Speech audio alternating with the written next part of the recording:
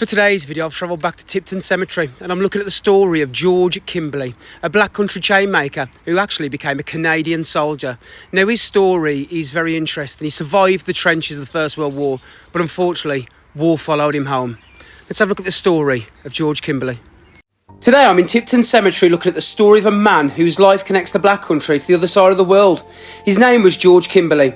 George was born in Tipton in 1887, and like so many men from this area, his life was shaped by industry. He worked as a chain maker, a trade that runs right through the heart of the black country. But George's story didn't stay in Tipton.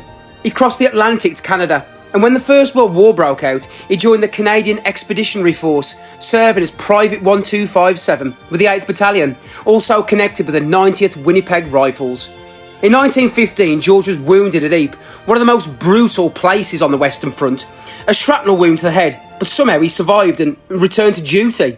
Then, in June 1916, near Sanctuary Wood, he was wounded again. This time, the injury was devastating.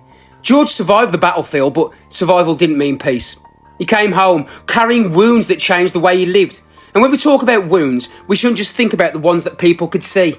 Men like George came home with damaged bodies, but also with memories no person should ever have to carry. The noise, the mud, the fear, the screams, the friends that they lost beside them. All of that came home too. Back then, they didn't understand trauma and PTSD like we do today. They still called it shell shock. Some men were treated with sympathy, but many were expected to just get on with it. But how do you get on with life after places like Ypres and Sanctuary Wood and the First World War? George Kimberley died here in Tipton on the 16th of January 1926, aged just 39.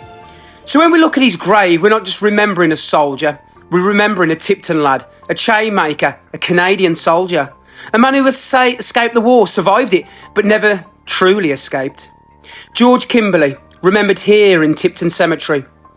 Some soldiers came home from the war, but the war came home with them.